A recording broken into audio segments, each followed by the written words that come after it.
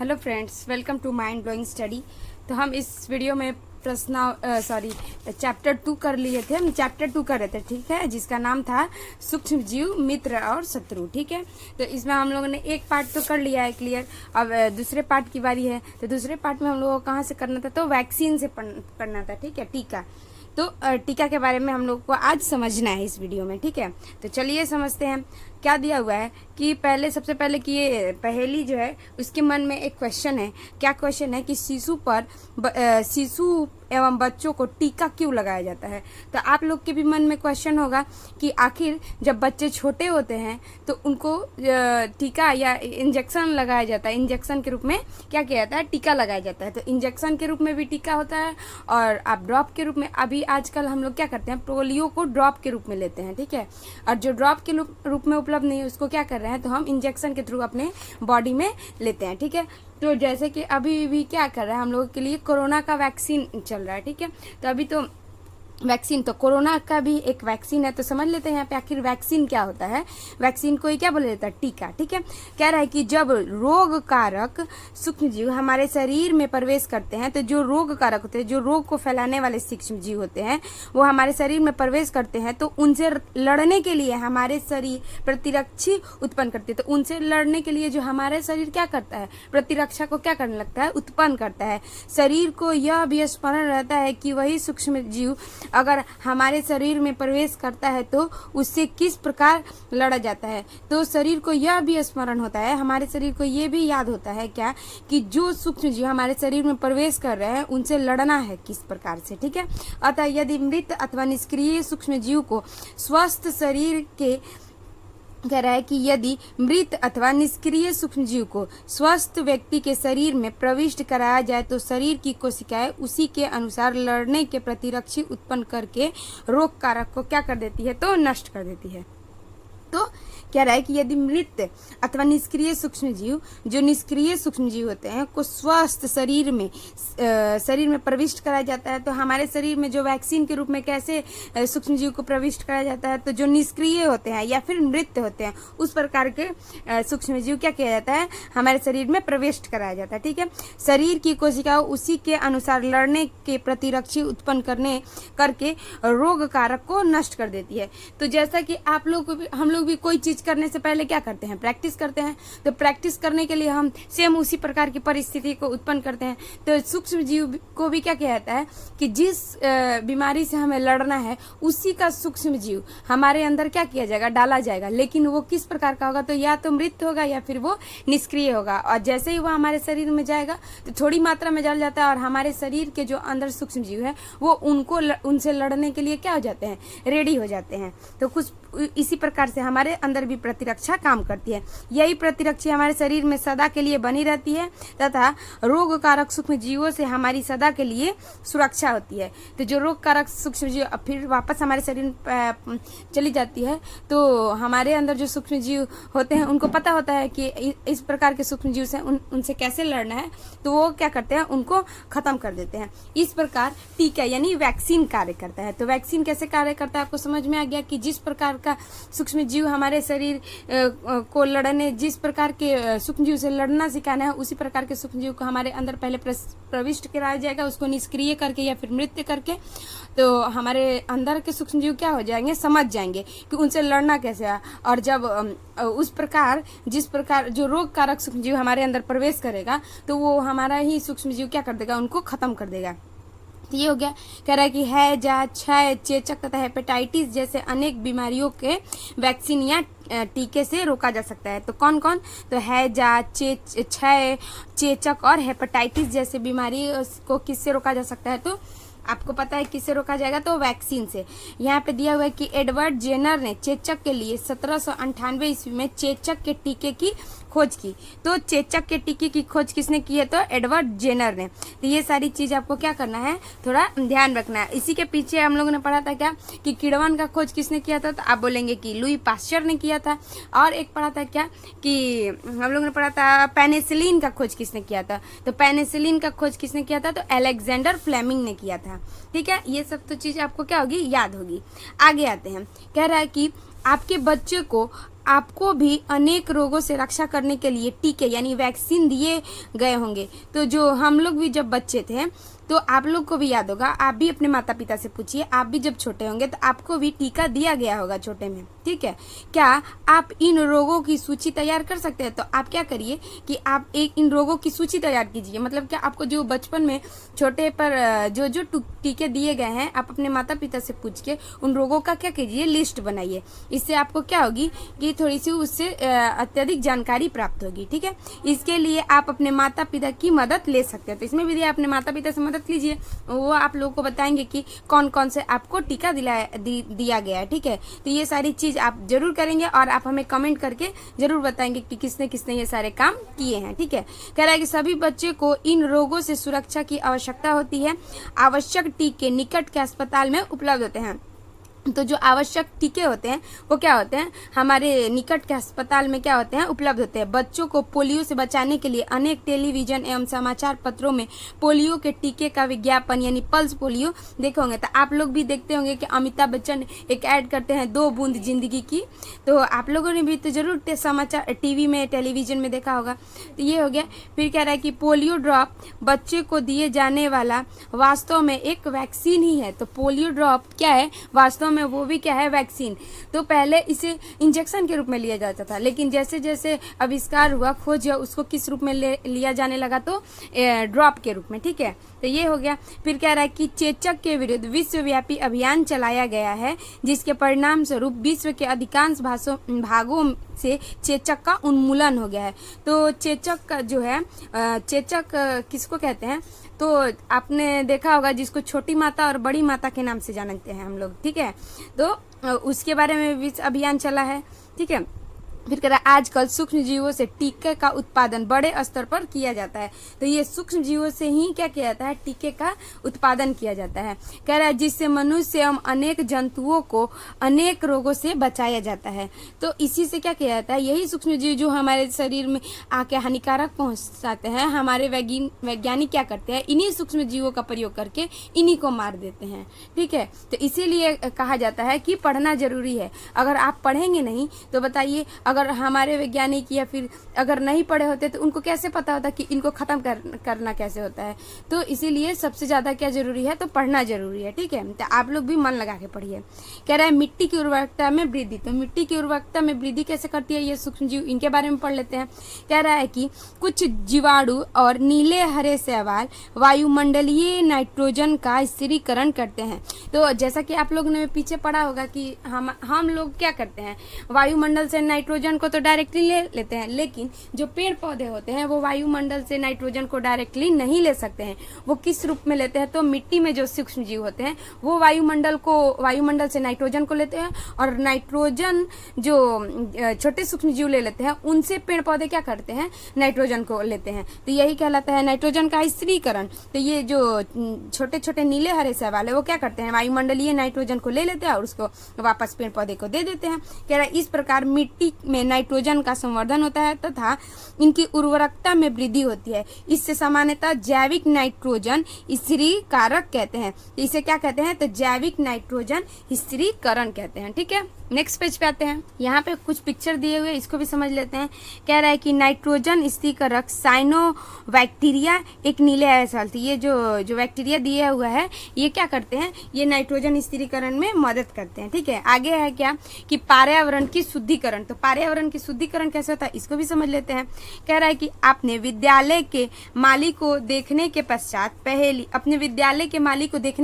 पहली बूझो और दूसरे विद्यार्थियों ने घरों व बागीचों से पत्ती एवं फल सब्जी का कचरा एकत्र करके उससे निपटान करने के लिए बनाए गड्ढे में डाल दिया। तो ये सारे क्या कर रहे हैं कि जितने भी कचरे वो क्या कर रहे हैं कि एक गड्ढे में डाल दे रहे हैं।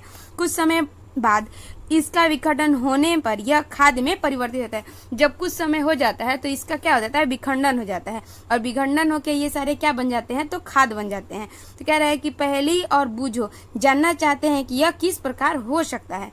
तो पहली और बीजो जानना चाहते हैं, हम उनका क्वेश्चन का आंसर क्या करेंगे, इसमें समझेंगे। उससे पहले मैं आपको ये बताती हूँ कि ये वाली क्या होती है, जितने भी कचड़े होते हैं जो फल सब्जी के कचरे होते हैं, प्लास्टिक वगैरह नहीं, फल सब्जी के कचरे, ठीक है, बागीचे के पत्तियां वगैरह, ये सब क्या करती है, जब हम एक कचरे में डालते हैं तो जो छोटे छोटे सूक्ष्म जीव होते हैं उसको क्या करते हैं, अपघटित कर देते हैं। अपघटित करके छोटे छोटे टुकड़ों में क्या करते हैं, उसको तोड़ देते हैं और वही क्या करता है, तो खाद का रूप ले लेता है। तो यहाँ पे हम देख लेते हैं कि इसमें क्या लिखा हुआ है कि क्रियाकलाप 2.5 में कि दो गमले लेकर प्रत्येक को मिट्टी से आधा भर लीजिए, उन्हें ए तथा बी चिन्हित कर लिए। तो 2 गमले लेना है हमको, ठीक है, उसमें दोनों में क्या करना है, मिट्टी भर लेना है, एक में ए नाम रख देना है, एक में बी।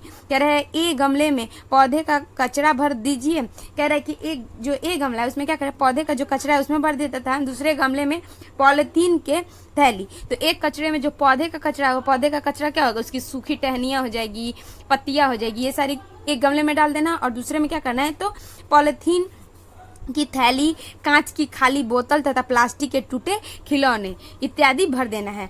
उन्हें एक और रख दीजिए, 3-4 सप्ताह बाद उसका परीक्षण करना है। तो हम 3-4 सप्ताह बाद देखेंगे कि क्या हुआ है, ठीक है। कह रहा है क्या आपको दोनों गमले की वस्तुओं में कोई अंतर दिखाई देता है? तो हाँ, हमें ये अंतर जरूर दिखाई देगा। देखिए यहाँ पे दिया, यदि हाँ तो क्या अंतर परिलक्षित होता है? आप देखेंगे कि गमला ए की पादप अपशिष्ट का अपघटन हो गया है। तो जो गमला ए में हम लोगों ने क्या डाला था, तो पौधे का कचरा डाला था, वो क्या हो रहा है कि अपघटित हो गया है, ठीक है। तो ये फिर कह रहा है कि यह कैसे हुआ? कह रहा है सूक्ष्म जीव द्वारा पादप अपशिष्ट का अपघटन कर उसे खाद में बदल देते हैं। तो सूक्ष्म जीव क्या करते हैं, पादप के अपशिष्ट को अपघटित करके खाद में परिवर्तित कर देते हैं। इस प्रक्रिया में बने पोषक पौधे द्वारा पुनः प्रयोग में किया जा सकता है। तो इस प्रकार जो अपघटित हुआ है पोषक, उन्हें हम पुनः प्रयोग में ला सकते हैं, ठीक है।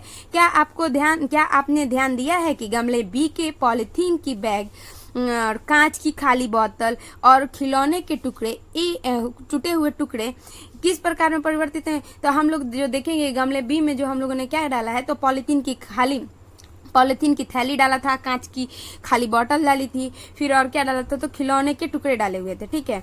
तो ये क्या हुआ, अपघटित नहीं हुआ है, परिवर्तित नहीं हुआ है। तो क्या है, सूक्ष्म जीव उन प्रक्रिया करके खाद में परिवर्तित नहीं कर सकते। तो जो ये सूक्ष्म जीव होते हैं, इन सभी चीजों पर क्या करते हैं, कार्य नहीं कर पाते हैं। आप अक्सर बड़ी मात्रा में मृत जीवों को सड़ते हुए पादप व कभी कभी सड़े हुए जंतुओं के रूप में देखते हैं। आप देखते हैं कि कुछ समय बाद वह विलुप्त हो जाते हैं। तो हम लोग देखते हैं कि अगर कोई बड़ा जंतु है, हम देखते हैं कि मरा हुआ है, ठीक है।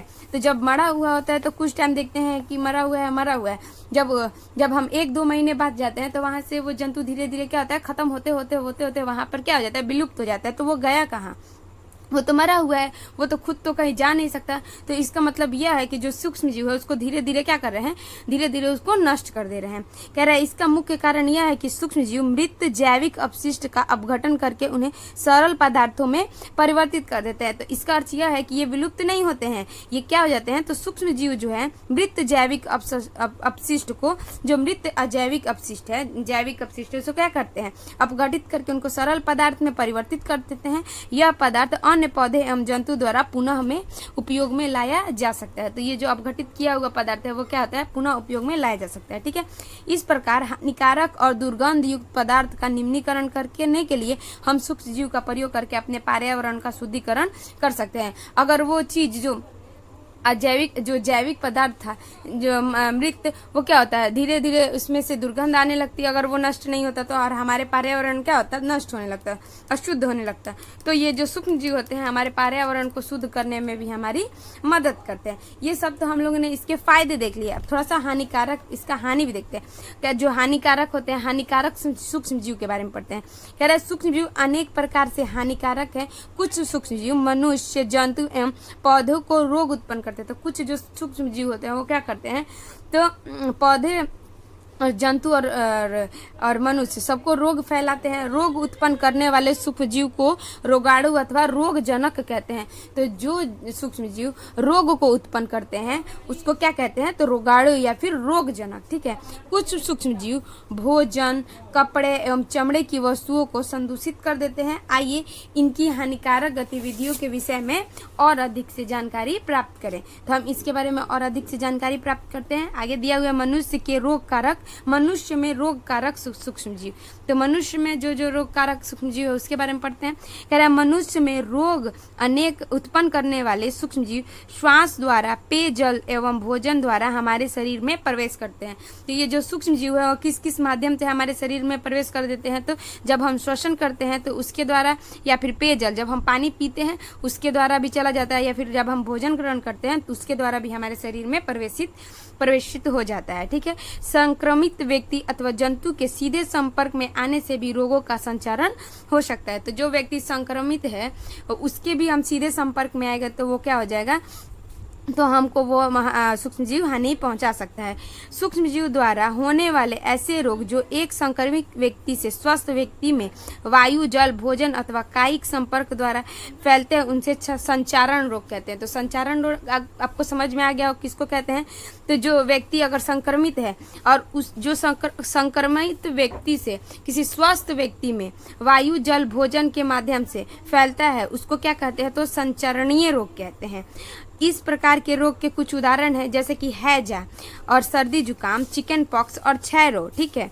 तो ये जो हैजा होता है और सर्दी जुकाम, जो सर्दी भी होता है किसी को, जब वो छींकते हैं तो उनमें से जितने भी वायरस आते हैं वो क्या होते हैं, किसी स्वस्थ व्यक्ति में अगर उनके श्वसन के माध्यम से चले जाते हैं तो वो भी क्या हो जाते हैं, तो संक्रमित हो जाते हैं। जैसा कि आपको पता है कि कोरोना भी क्या है, संचरण हो गया। अगर किसी व्यक्ति को कोरोना हुआ है, ठीक है, अगर वो किसी स्वस्थ व्यक्ति के संपर्क में आता है, उसके सामने छींक देता है तो उनके अंदर का वायरस क्या होते हैं, वायुमंडल में आ जाते हैं और वो वायुमंडल से जो स्वस्थ व्यक्ति श्वसन करेगा उसमें फैल जाएगा, तो इसके माध्यम से भी चला जाता है। इसीलिए बोला जाता है कि आप मास्क पहन के रखिए। ठीक है, ये हो गया।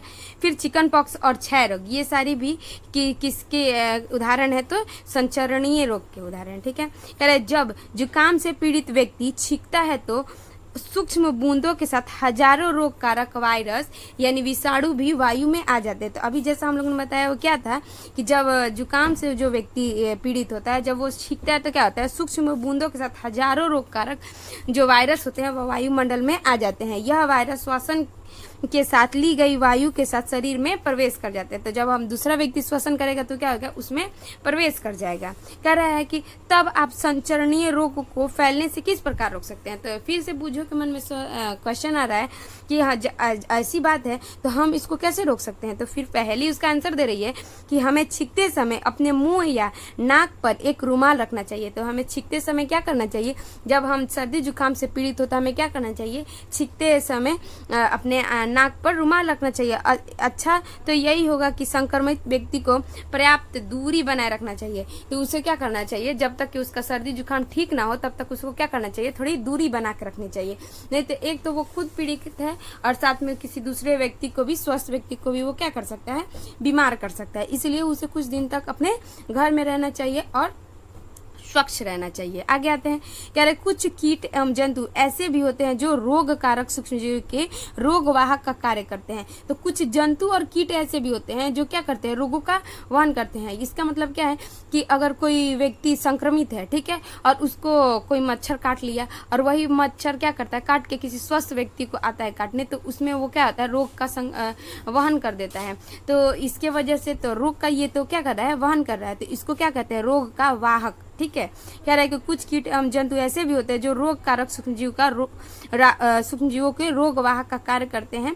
घरेलू मक्खी इसका एक उदाहरण है। तो जो मक्खी होती है ये भी क्या होती है, रोग वाहक होती है। मकड़ी कूड़े एवं जंतु अपशिष्ट पर बैठते हैं। कह रहा है कि मक्खी कूड़े एवं जंतु के अपशिष्ट पर बैठते हैं। तो जो मक्खी होती है वो तो आप देखते होंगे कहीं भी बैठे चलती है, तो क्या करती है, बैठती है, रोगाणु उसके शरीर से चिपक जाते हैं। तो जैसे वो बैठती है गंदे चीजों पर, वो क्या होता है, जितने भी रोगाणु उसके शरीर पर चिपक जाते हैं। जब मक्खी बिना ढके भोजन पर बैठती है तो रोगाणु का स्थानांतरण संभव होता है। तो हम लोग क्या करते हैं, अगर खाना खुले छोड़ देते हैं तो वो गंदे चीजों पर बैठ के आई है और वापस किसी खाने वगैरह पे बैठ जाएगी, तो वो क्या करेगी, वहां से जितने भी सूक्ष्मजीव को रोगाणु को उठा के लाई होगी उस पर रख देगी। जो भी व्यक्ति ऐसे संदूषित भोजन करेगा उसके बीमार पड़ने की संभावना है। तो जो व्यक्ति अब ये भोजन ग्रहण करेगा वो क्या हो जाएगा, बीमार हो जाएगा। अतः यह सलाह दी जाती है कि भोजन को सदा ही ढक कर रखना चाहिए। ठीक है, बिना ढके भोजन को खाने से बचना चाहिए। मादा एनोफिलीज मच्छर इसका एक अन्य उदाहरण है। तो जो मादा एनोफिलीज मच्छर है, मच्छर की एक प्रजाति है, कौन सी, तो मादा एनोफिलीज मच्छर, इसका क्या है, है, एक उदाहरण है मच्छर प्लाज्मोडियम यानी मलेरिया परजैविक का वाहक है। तो जो मच्छर प्लाज्मोडियम है, ये क्या दिया हुआ, प्लाज्मोडियम नामक मच्छर, वो किसका वाहक है, तो मलेरिया का है। ठीक है। मादा एंडीज मच्छर डेंगू का वाहक है। तो ये पूछता है कि मलेरिया का वाहक कौन सा मच्छर है, तो मच्छर प्लाज्मोडियम। ठीक है। प्लाज्मोडियम नामक मच्छर की वजह से मलेरिया फैलता है, और एंडीज नामक मच्छर की वजह से कौन सा होता है, तो डेंगू फैलता है। हम मलेरिया अथवा डेंगू का नियंत्रण किस प्रकार कर सकते हैं, तो फिर दिया हुआ है कि हम मलेरिया अगर किसी को हो जाता है या फिर डेंगू, तो इसका नियंत्रण किस करते हैं। यहाँ पे फोटो दिया हुआ है किसका, तो मादा एनोफिलीज मच्छर का दिया हुआ है। ठीक है। आगे दिया हुआ है कि अध्यापक हमसे ऐसा क्यों कहते हैं कि अपने आसपास पानी एकत्रित ना होने दे। तो जो अध्यापक होते हैं हमें बताते रहते हैं कि हमेशा अपने आसपास क्या करना चाहिए, पानी को एकत्रित नहीं होने देना चाहिए। सभी मच्छर जल से उत्पन्न होते हैं। तो जो सभी मच्छर होते हैं वो क्या करते हैं, जल से उत्पन्न होते हैं। हमें पानी को कभी भी रुका नहीं रहने देना चाहिए। तो हमें पानी को क्या करना चाहिए, कभी भी रुका नहीं रहना चाहिए। जैसे कि कूलर, टायरों एवं फूलदानों इत्यादि में कभी भी पानी को एकत्रित ना होने देना चाहिए। तो ऐसी जगह पर कभी भी पानी ज्यादा दिन तक नहीं, जैसे कूलर का पानी है तो कूलर में पानी तो अच्छा खासा रह लेता है, तो कूलर में अधिकतर पानी को रहने नहीं देना चाहिए। पानी को क्या करना चाहिए, हमेशा बदलते रहना चाहिए। या फिर टायर में भी पानी लग जाता है तो उसमें भी पानी रह जाता है, तो उसके वजह से भी मच्छर उत्पन्न हो सकते हैं, तो उसको भी रुकने नहीं देना चाहिए। अतः अपने आसपास के स्थानों को स्वच्छ एवं शुष्क रखकर हम मच्छरों को पैदा होने से रोक सकते हैं। तो ये जो मादा एनोफिलीज मच्छर थी, प्लाज्मोडियम था, एंडीज थी, इस सब को रोकने के लिए हमें क्या करना होगा, तो हमें इसको रोकने के लिए अपने अगल बगल के जगहों को क्या करना होगा, तो शुष्क यानी सूखा रखना होगा और स्वच्छ रखना होगा। कह रहे ऐसे उपायों की सूची बनाने का प्रयास कीजिए और अपने मलेरिया को फैलने से रोका जा सकता है। ठीक है। तो मलेरिया को फैलने से हम